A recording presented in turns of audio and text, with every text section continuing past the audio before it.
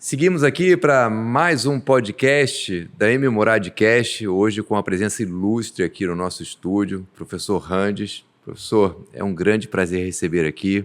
Já vou passar a palavra para o nosso queridíssimo professor, mas iniciando o nosso episódio colocando que o Randes é um professor com atuação nas áreas de inovação, empreendedorismo, estratégia, IA e psicologia da saúde, não é isso, Randes? Aliás, você terminou o doutorado, né, sobre psicologia da saúde. Conta pra gente um pouquinho aí, Randes. Tá certo, muito obrigado, Fred. Um prazer estar aqui na Moradcast. Alegria pelo convite também, né? E por você carinhosamente me apresentar. Ô, querido, que isso. Além de amigos, né? Também somos aí parceiros de grandes projetos aqui com a Murad, então é um grande prazer estar nesse momento aqui para a gente fazer esse bate-papo. E aí, retomando, efetivamente, eu fechei um doutorado em Psicologia da Saúde, onde o tema foi bem imerso à transformação de cultura organizacional a partir de uma humanização e satisfação do trabalho do funcionário. Pô, peraí. Isso aí, vou tentar chegar aí, né? Vamos lá.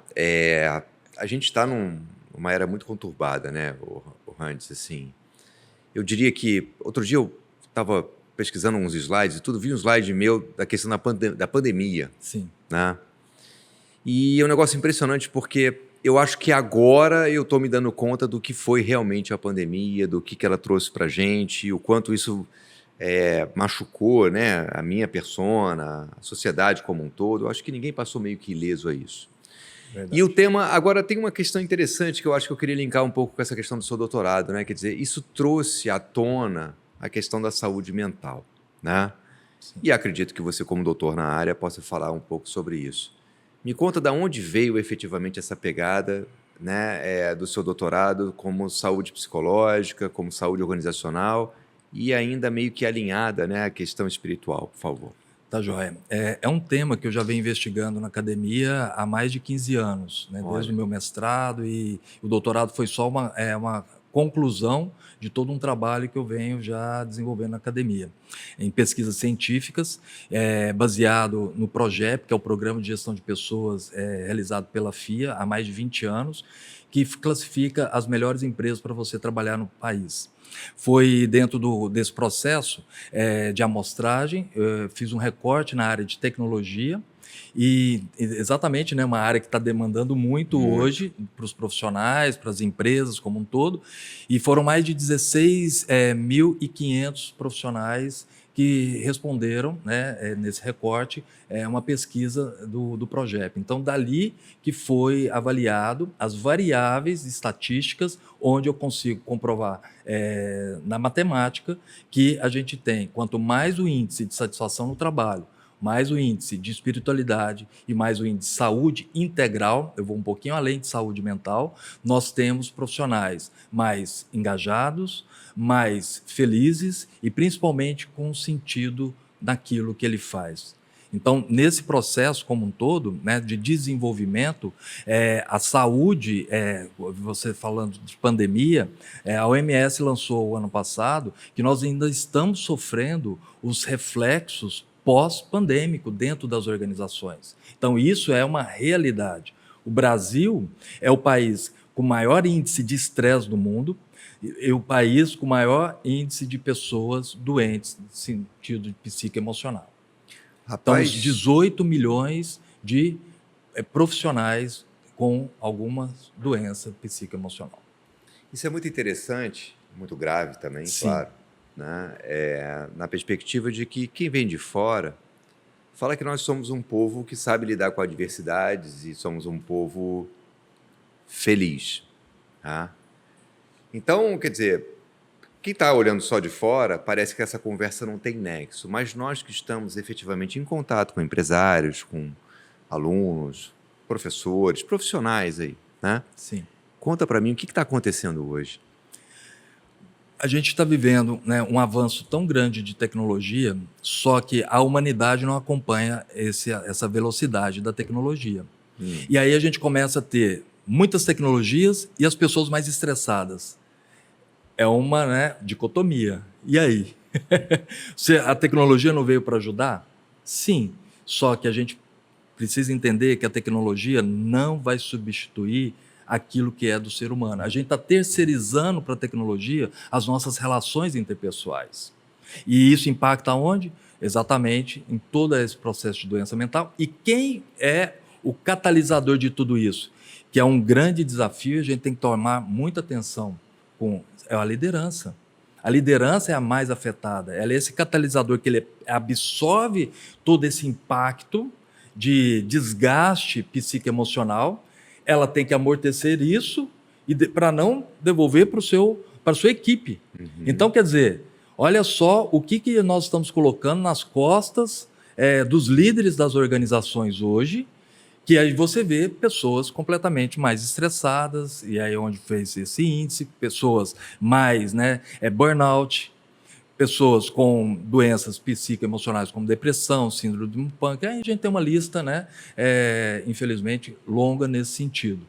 Ou seja, a sociedade está doente? Sim. Nós somos 1 bilhão, de acordo com a OMS também, estou trazendo os dados fresquíssimos aqui, 1 bilhão de pessoas com alguma patologia psicoemocional. Aí não estamos falando só de organização, de liderança, mas estamos falando de pessoas. E esse é o ponto, Nós não podemos terceirizar relacionamento com a tecnologia.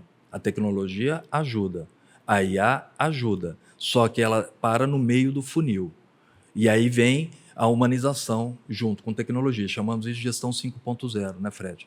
E onde você tem, sim, a tecnologia, mas onde que está o human in the loop? É o humano sempre no loop de tomada de decisão, de insights e resolução de problemas complexos. Isso é a humanização, onde a IA ou a tecnologia que seja, ela vai trazer, sim, dados que gerem informação, que proporciona conhecimento, mas aí é o limite dela. Quem vai gerar insight, tomada de decisão e resolução de problemas complexos é o ser humano.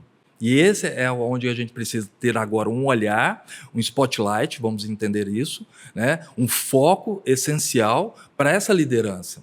É trabalhar esses líderes de uma forma exatamente que dê para eles uma roupagem, vamos dizer assim, um sentido naquilo que eles estão fazendo. Porque se quando estamos vivendo, se você fala com pessoas, a gente roda bastante empresas aí, a gente está nesse circuito, não só dentro de sala de aula, mas também nos programas corporativos, a gente vê as pessoas cada vez mais cansadas. Ora, mas a tecnologia não era para me ajudar nesse cansaço? E eu estou mais cansado. Aí a gente vê o seguinte, a estrutura organizacional, ela, se tiver falha, a tecnologia só vai impulsionar para essa organização ir cada vez mais para o buraco. Olha. Então, nesse sentido, essa liderança, sim, a gente precisa olhar para essa liderança, dar um suporte, e aí, quando fala de suporte, a gente tem que entender o sentido daquilo que ele faz. Ele vai para dentro de uma empresa, ele busca um emprego com CPF unindo a um CNPJ. Só que ele não deixa a sua humanidade na portaria dessa empresa. Ele entra para dentro dessa empresa com a sua humanidade. E onde que a gente consegue conectar tudo isso, a melhorar essas estruturas organizacionais? É algo que é o invisível, é a cultura organizacional. A cultura organizacional, ela vai proporcionar essa interseção entre valores corporativos com valores pessoais, porque quem sacrifica valores prejudica resultados. E quando eu estou prejudicando os resultados, eu estou falando de resultados aqui de qualidade de vida. Não é resultados organizacionais, financeiros e todos, não, mas é qualidade de vida.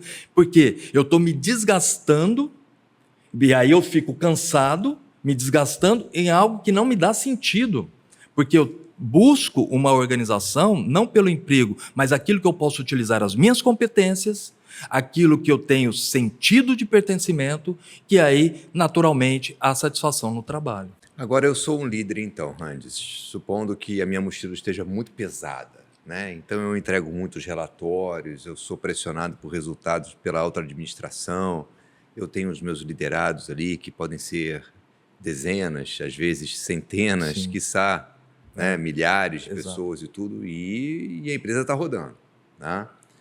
Dicas que você talvez pudesse dar a esse líder para que haja uma convergência melhor entre entrega de resultado, clima organizacional, cultura, engajamento? Dá para a gente aí algumas dicas, por favor.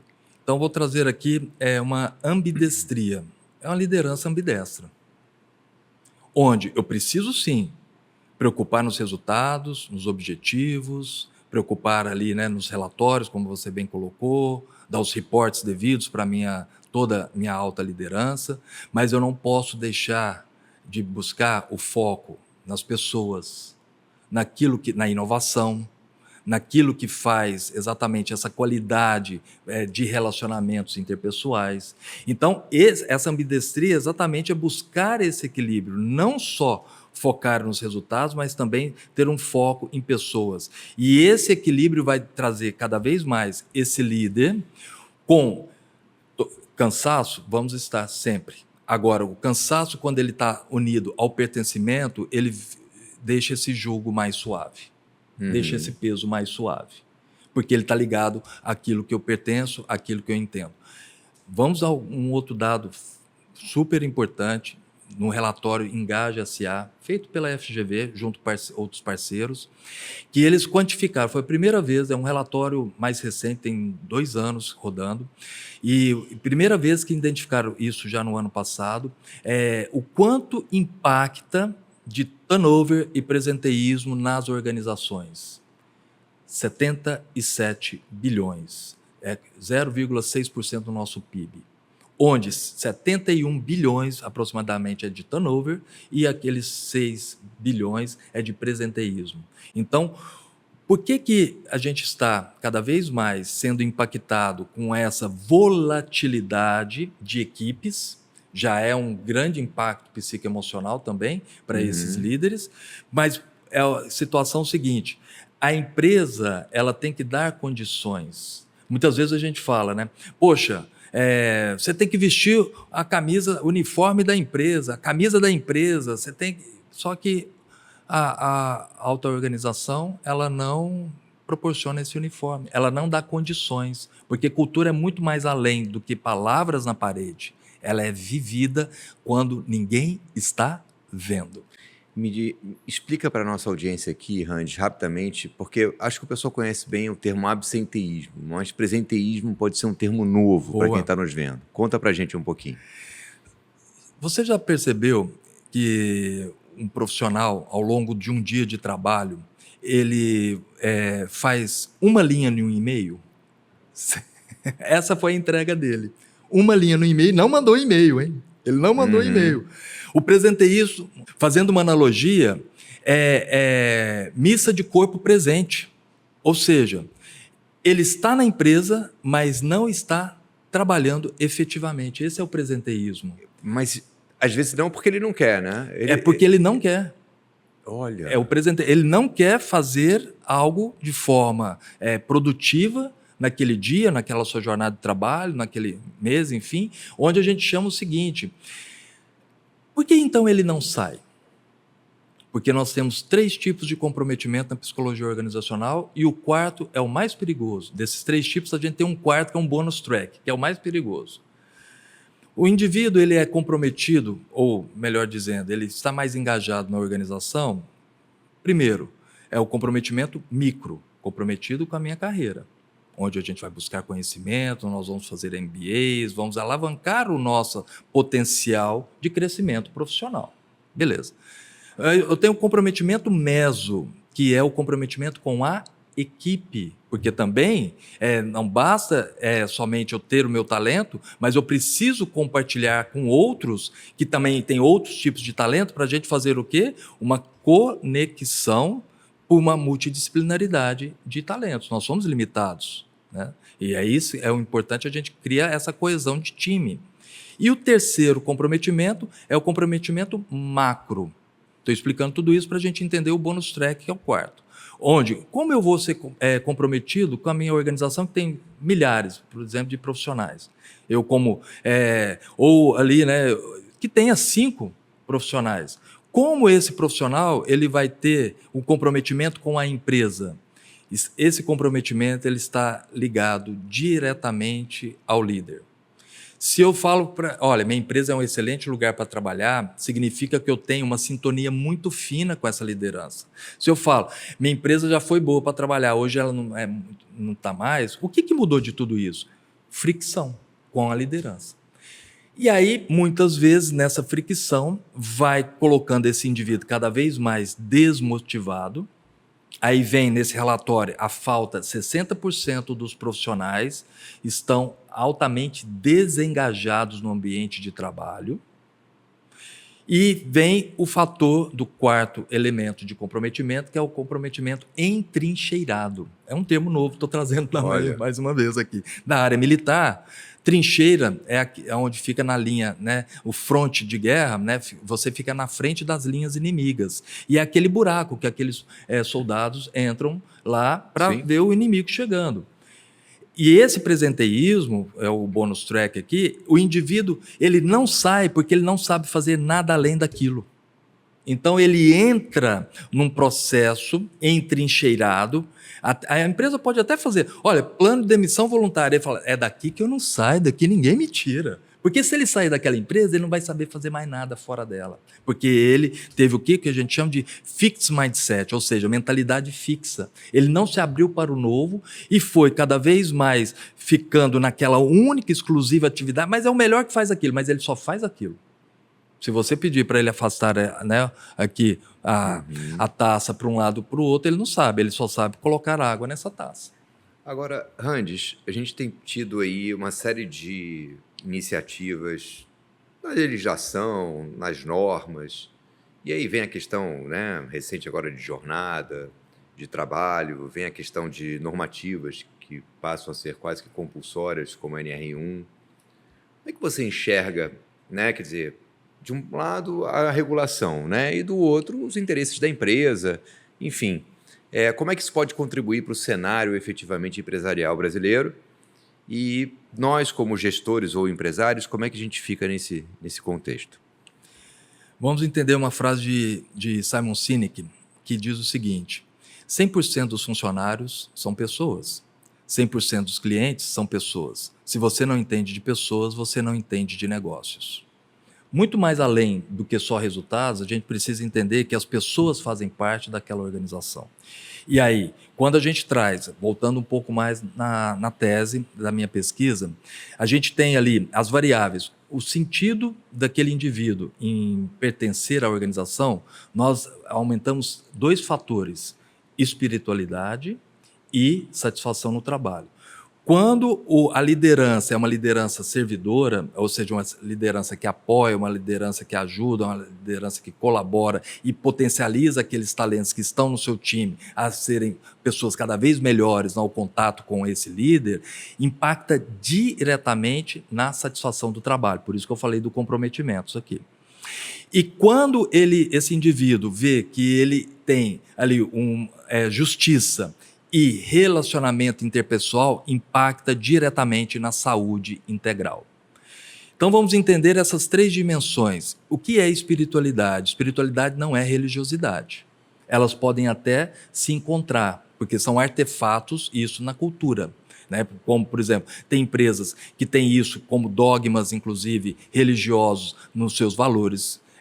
Tem cultos ou missas semanais, que seja, até mesmo orações que fazem todos os dias antes de abrir, por exemplo, ali o primeiro momento de trabalho daqueles funcionários. Isso tudo são artefatos religiosos que estão conectados a uma transcendência, né, teocêntrica, ou seja, onde ele coloca a religiosidade em Deus ali no centro da sua organização.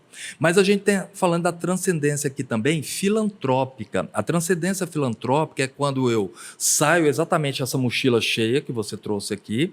E o que eu vou fazer? Essa mochila cheia também de conhecimento, essa mochila cheia também de uma bagagem profissional, do feeling, de tantas coisas que eu aprendi ao longo da minha vida, eu vou guardar nessa mochila. Aí vem a transcendência filantrópica. Eu deixo somente esse conhecimento represado e começo também a ajudar uma coesão social, ou seja, com a equipe, responsabilidade social, aí vão com outras pessoas além da minha organização, e com isso eu faço uma liderança servidora. Então eu faço essa transcendência filantrópica, onde impacta exatamente na espiritualidade, que é o sentido daquilo que o indivíduo está fazendo no ambiente de trabalho. Porque esse sentido é quando a gente fala do propósito. O propósito é eu fazer um alinhamento com aquilo que eu acredito que são os meus valores pessoais, com aquilo que a empresa acredita que são os valores organizacionais. Nós chamamos disso de fit cultural. Agora, nessa questão da normativa, né, e dessas questões relacionadas à jornada reduzida e etc., o quanto isso efetivamente pode contribuir para que as empresas produzam mais, para que todo mundo saiba o seu limite, porque ao mesmo tempo, né, que existe uma questão de defesa do trabalhador, também existe o interesse do empresário e vice-versa, né? Quer dizer, esse equilíbrio. Quer dizer, você, na sua opinião, essas normas, como a própria NR1, elas tendem a ajudar o ambiente corporativo? O que você entende hoje sobre esse cenário? Vamos entender, então, na antropologia, a dimensão de uma empresa, antes de responder efetivamente da norma. A empresa ela é mecânica, ela é orgânica e ela é humana. Mecânica, ela precisa gerar resultados lucrativos. Resultados também podem ser ruins, resultados lucrativos, para ela perpetuar o seu negócio. Ela é orgânica, trabalhamos numa multidisciplinaridade de pessoas, cada um com as suas crenças, cada um com os seus talentos, e a gente se une ali naquela organização. E ela é humana, porque ela é feita por pessoas. Acabei de citar a frase de Simon Sinek. Onde essa humanidade dela traz exatamente, vivemos como uma comunidade. Vivemos aqui como uma família, não uma família de laços afetivos, mas uma família de comum humanidade, né? Estamos ali debaixo do mesmo CNPJ, cada um veio com uma crença diferente, e onde a empresa vai conseguir equilibrar tudo isso são nos valores organizacionais. Então, uma norma por uma norma, ela vai ser sempre uma norma. Uma lei por uma lei, vai ser sempre uma lei. Agora, o que está além dessa norma é como, e aí a gente, é até um absurdo muitas vezes a gente falar, né, que as empresas precisam estar mais humanizadas, né? Parece até, né, um redundante, mas não. Por quê? É um olhar, porque tem muitas coisas veladas dentro da organização, burnout, doenças psicoemocionais, que ninguém efetivamente estava dando, falo ninguém no sentido, né, de uma relação mais profunda de tratar essas doenças psicoemocionais como algo relevante, como eu trato uma estratégia para chegar aumentar o meu market share, por exemplo. Eu preciso dar as mesmas dimensões de estratégia organizacional. Então, saúde mental, e aí eu vou um pouquinho mais além que a saúde integral, ela é também olhada como estratégia organizacional. Por isso que a norma, como também a jornada de trabalho reduzida, que seja, vem para corroborar com essa estratégia para que as empresas possam ter, olha, você tem aqui alguns instrumentos agora que são normativos para que você possa fazer de tudo isso que vocês já realizam. Agora a gente também tem aqui um leque, né, de opções para que vocês possam olhar com mais profundidade. Não que elas não estavam olhando, mas agora com mais profundidade. E a saúde integral, ela entra bem-estar físico, emocional, também mental, social e espiritual. Olha, você hoje, né, dentro da estratégia corporativa, se você hoje estivesse numa posição de liderança dentro de um RH, de gestão de pessoas numa grande organização, né? Quer dizer, qual seria o caminho que você recomendaria como executivo, como mentor de um RH? O que você falaria hoje como recomendações para que a empresa seja mais feliz e produtiva, por exemplo? Eu vou então voltar um pouco na minha história de vida, para te dar esse exemplo.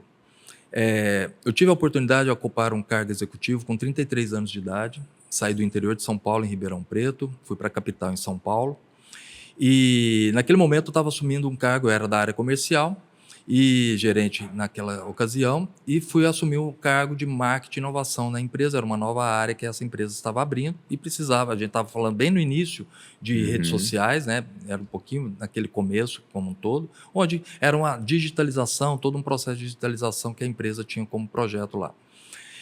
E por que eu fui destacado? Porque eu estava utilizando os conhecimentos que eu estava adquirindo no MBA na FGV, nos meus estudos, e aplicando ele no meu dia a dia.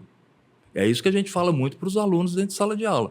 Diploma por diploma é um diploma. Agora, diploma tem que trazer conhecimento para que você possa aplicar ele e se transformar isso em resultados potenciais para o seu negócio, para a sua empresa, que seja para a sua área, para a sua profissão e por aí vai. Claro.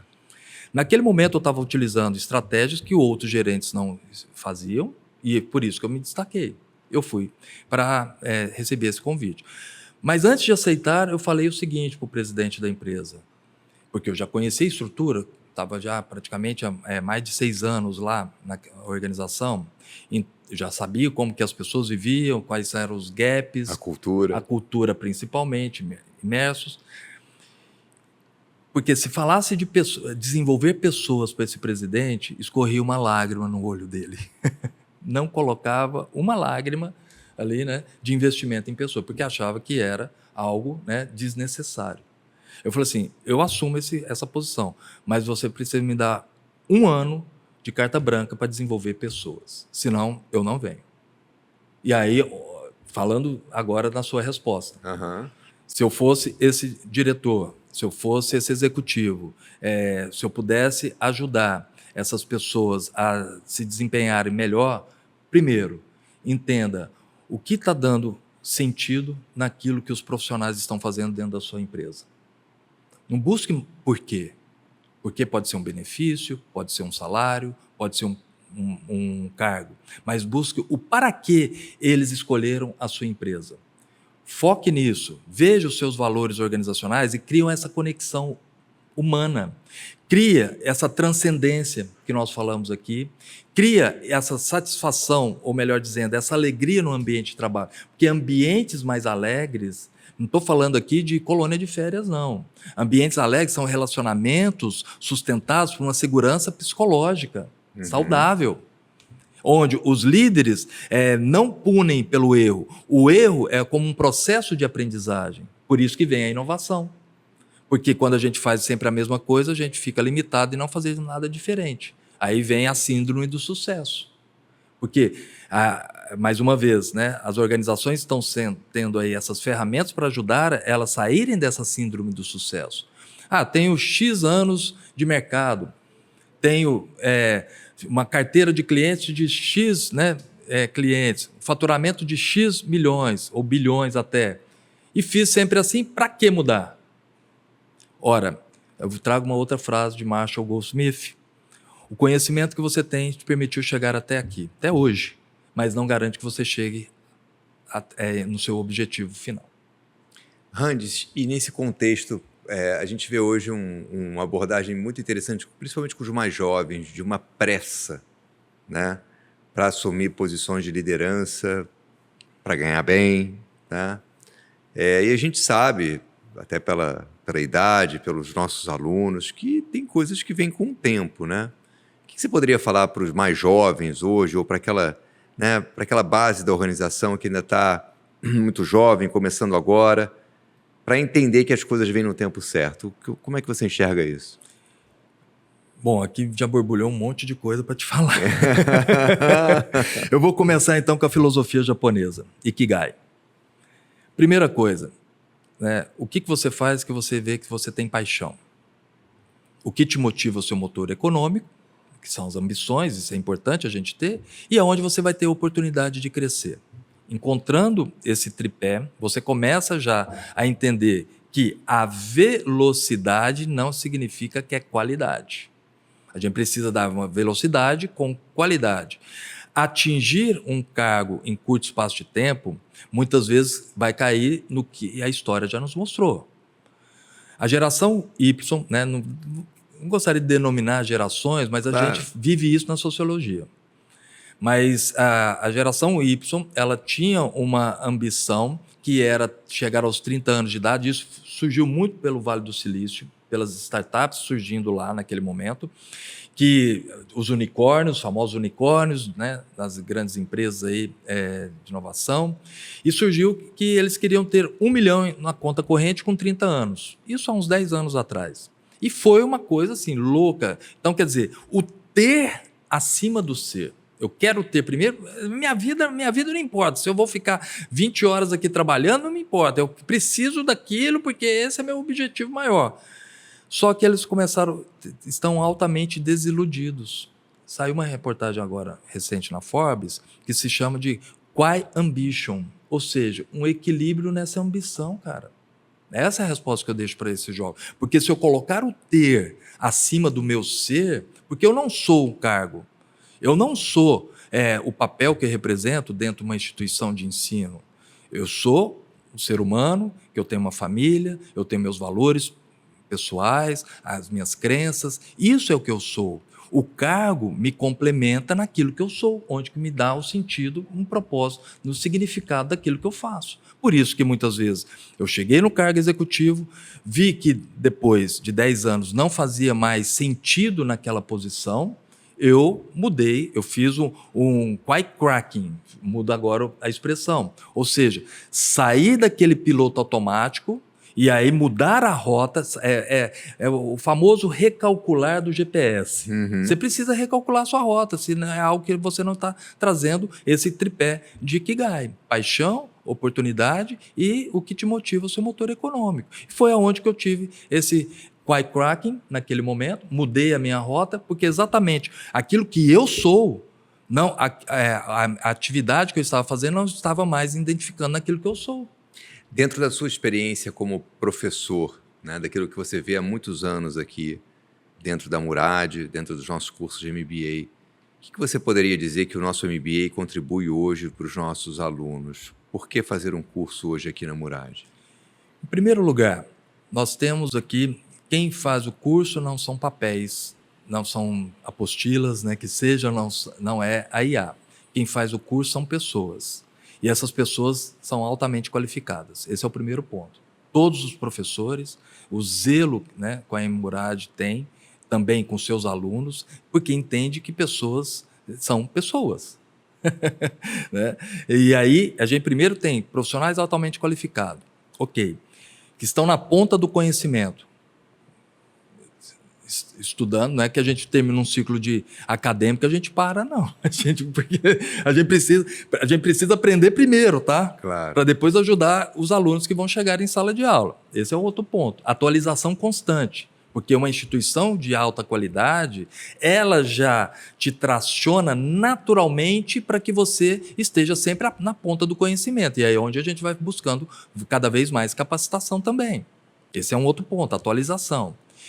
E o programa como um todo, aí vamos agora sim falar dos papéis, do programa. O programa como um todo, ele potencializado por essas expertises dentro de sala de aula, que é a discussão estratégica profissional, que todos professores são executivos ou viveram muito bem a vida executiva e também são docentes. Então, a gente tem essa combinação de formação acadêmica com experiência executiva. Isso é uma riqueza muito grande, que conectado tudo isso ao programa, a gente levanta o que a gente chama aqui, né, de carreira transcendente para o aluno. Olha.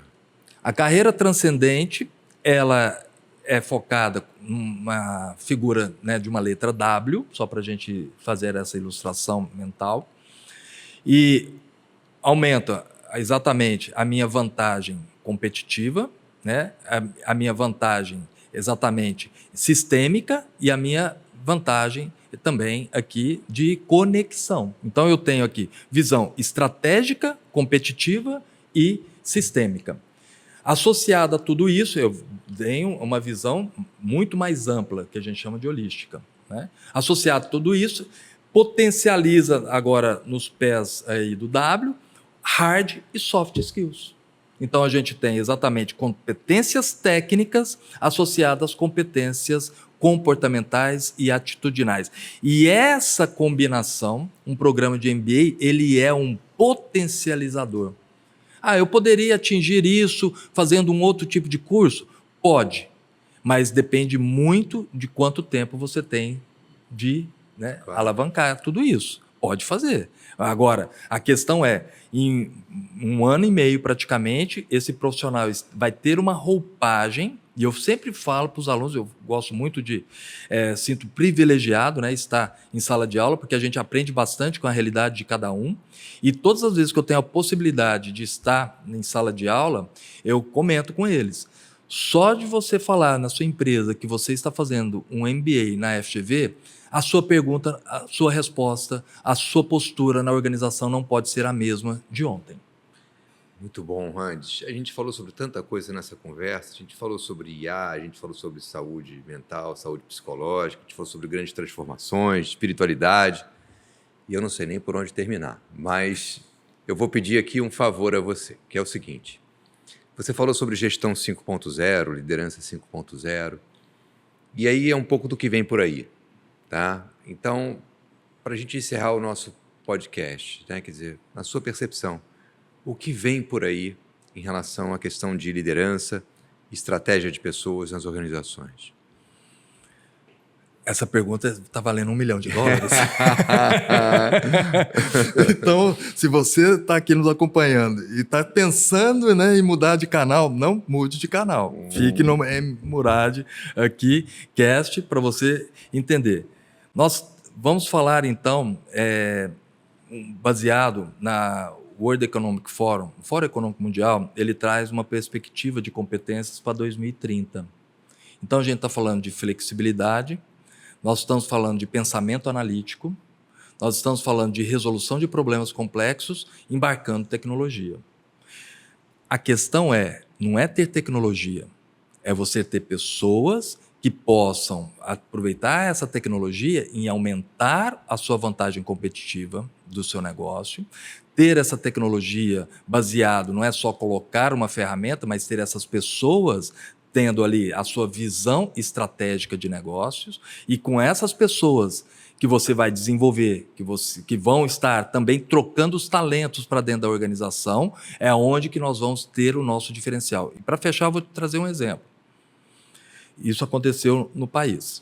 Uma empresa, né, um CEO, bem nessa início dessa onda de IA generativa, perguntou para a IA: o que eu faço para melhorar a eficiência operacional da minha equipe de P&D, ou seja, de pesquisa e desenvolvimento? A IA falou: corte 40% dos seus funcionários. Se você perguntar para a IA como você pode melhorar a eficiência operacional da sua área, da sua empresa, ela vai falar muitas coisas que é para fazer corte de profissional. Porque ela entende muitas coisas ali que um processo pode ser automatizado e tal. Ok. A questão, aí esse CEO levou à reflexão, por isso que a gente falou, pensamento analítico, pensamento sistêmico.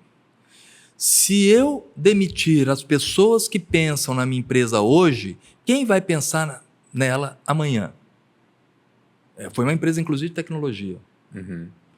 O que ele fez? Ele redistribuiu essas pessoas, otimizou, sim, processos. Sabemos muito bem nesse sentido que os processos alinhados, eles melhoram a estrutura organizacional, e aí sim, a tecnologia com processos alinhados, ela vai nos ajudar a dar esse suporte.